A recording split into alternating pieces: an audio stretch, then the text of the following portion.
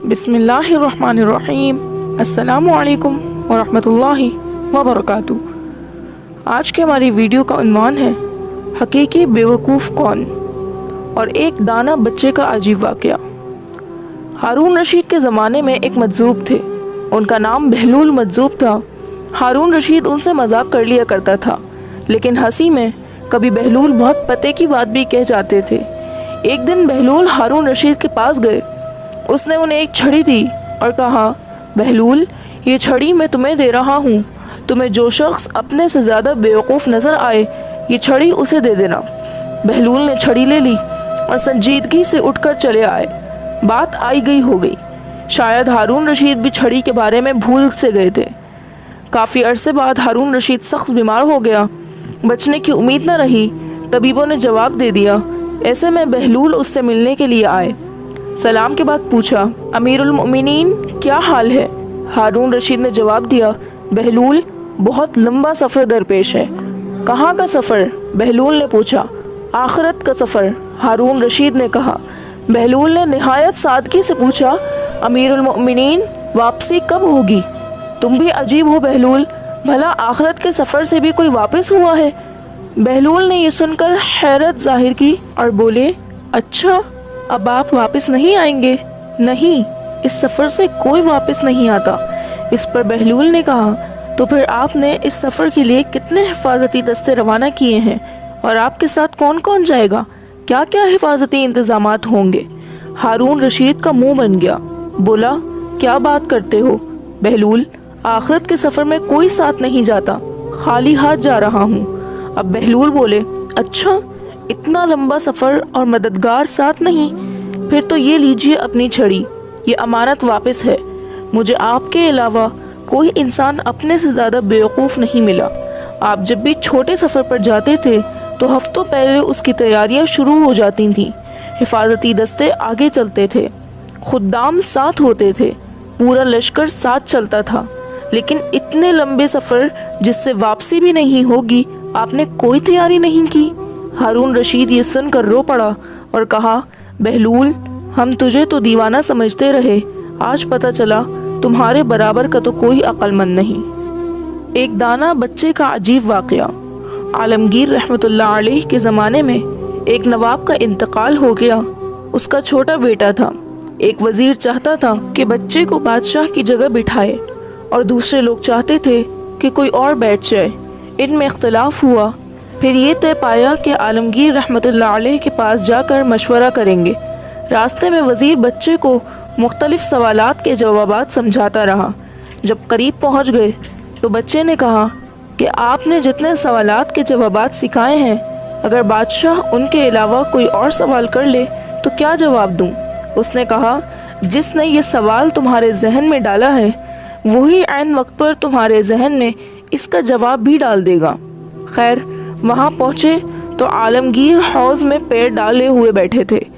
وزیر نے صورتحال بیان کی تو بادشاہ نے کہا، ٹھیک ہے، لاؤ بچے کی آزمائش کر لیں۔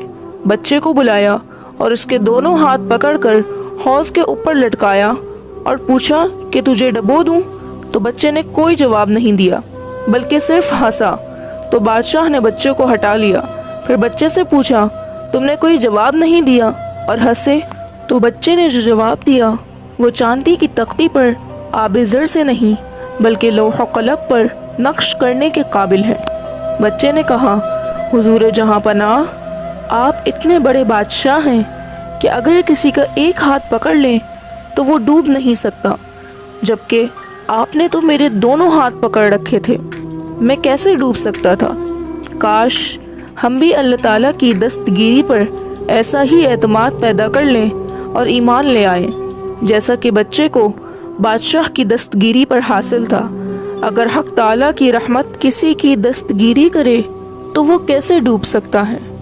اللہ تعالیٰ ہم سب کو عمل کرنے کی توفیق عطا فرمائے، آمین یا رب العالمین۔ اسرائیل کے عابد کا عبرتناک واقعہ۔ پچھلی امتوں میں ایک شخص بہت ہی بڑا عبادت گزار، زاہد اور عابد تھا۔ سارے کام چھوڑ کر ہر وقت عبادت میں لگا رہا، لیکن بیوی بچوں کا مسئلہ بھی سامنے تھا۔ اس کی خواہش ہوئی کہ ان تمام جھگڑوں کو چھوڑ کر ہر وقت عبادت میں مشغول رہے۔ اس نے بیوی کو الگ کیا کہ ساری جائیداد دے کر سمندر کے وسط میں ایک ٹیلا تھا وہاں آ کر ڈیرا ڈال لیا اور ہمہ وقت عبادت میں مشغول ہو گیا۔ حق تعالیٰ نے اپنے فضل و کرم سے اسی کڑوے سمندر سے ایک میٹھا چشمہ جاری کر دیا، ایک نالی سے ٹھنڈا پانی نکلنے لگا اور ایک انار کا درخت اگا دیا۔ اس عابد کا کام یہ تھا کہ روزانہ ایک انار کھا لیتا اور ایک کٹورا پانی پی لیتا۔ اسی طرح اس نے 500 برس خالص و مخلص عبادت کی۔ جب اس کے انتقال کا وقت آیا تو اس نے حق تعالیٰ سے عرض کیا کہ مجھے سجدے کی حالت میں وفات دیجیے تاکہ میں عبادت ہی میں ختم ہو جاؤں، اور یہ بھی درخواست کی کہ میرے بدن کو آپ قیامت تک سجدے کی حالت میں محفوظ رکھیں تاکہ میں قیامت کے دن صورتاً بھی سجدہ گزار اٹھوں۔ اللہ تعالیٰ نے ان کی دونوں درخواستوں کو منظور فرما لیا۔ ان کی وفات ہوئی اور اسی حالت میں بدن کو محفوظ فرمایا۔ مورخین ارشاد فرماتے ہیں کہ اب بھی وہ محفوظ ہے، لیکن وہاں پر اللہ تعالیٰ نے ایسے گنجان درخت اگا دیے ہیں کہ لوگ ہیبت زدہ ہیں، وہاں پر جاتے بھی نہیں۔ بہرحال انتقال کے بعد اسی حالت میں حق تعالیٰ کے سامنے اس کی پیشی ہوئی یا قیامت کے دن ہوگی۔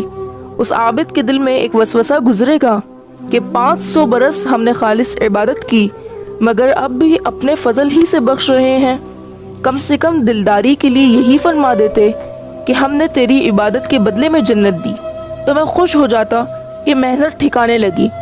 اب اس کا مطلب یہ ہے کہ میں نے عبادت ہی نہیں کی، صرف فضل ہی سے بخشا گیا ہوں۔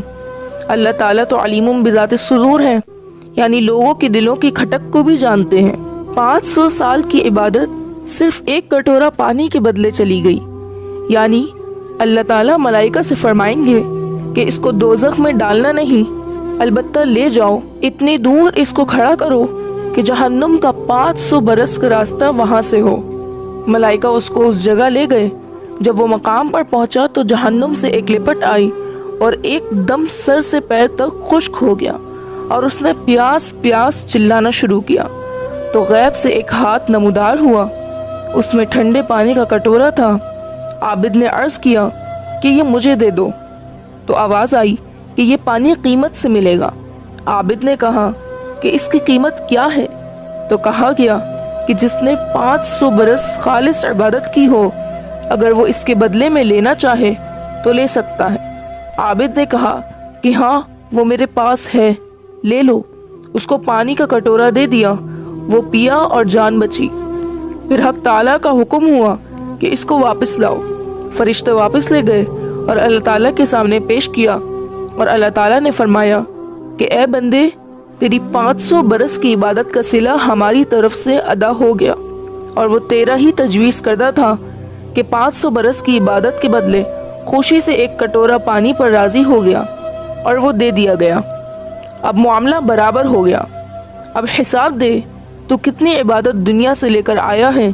جو تجھے روز ایک انار دیتے تھے اس کے ہر دانے کا حساب دے، اس کے بدلے میں کتنی عبادت لے کر آیا ہے، اور پانی کے لاکھوں پیالوں کو تم نے پیا ہے، ایک ایک قطرے کا حساب دے کہ اس کے بدلے میں کیا عبادت کر کے لایا ہے۔ اور ہم نے جو آنکھوں میں نور بخشا تھا اس کا ایک ایک تار تھا کہ تو اس کی دنیا کی چیزوں کو دیکھتا تھا، اور اس کے ہر تار کا حساب دے کہ اس کے بدلے میں کیا عبادت کر کے لایا ہے۔ اور ہم نے جو سانس کی نعمت دی تھی جس سے تو زندگی گزارتا تھا، ہر سانس کا حساب دے کہ اس کے بدلے میں کیا عبادت کر کے لایا ہے۔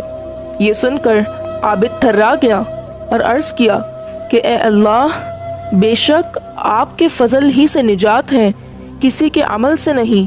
پھر وہ اس مقام پر پہنچے جس مقام پر پہنچنا تھا۔ حقیقت یہ ہے کہ انسان خواہ 5000 برس عمل کرے مگر فضل ہی کام دے گا، محض عمل کام نہیں دے گا۔ اللہ تعالیٰ اس کو قبول کر لے تو سب سے بڑی نعمت ہے، اور اگر اس کو عمل کہہ دیں تو یہ بھی بڑی نعمت ہے۔ یہ تو عمل کی صورت دی گئی ہے۔ اللہ تعالیٰ ہم سب کو عمل کرنے کی توفیق عطا فرمائے، آمین یا رب العالمین۔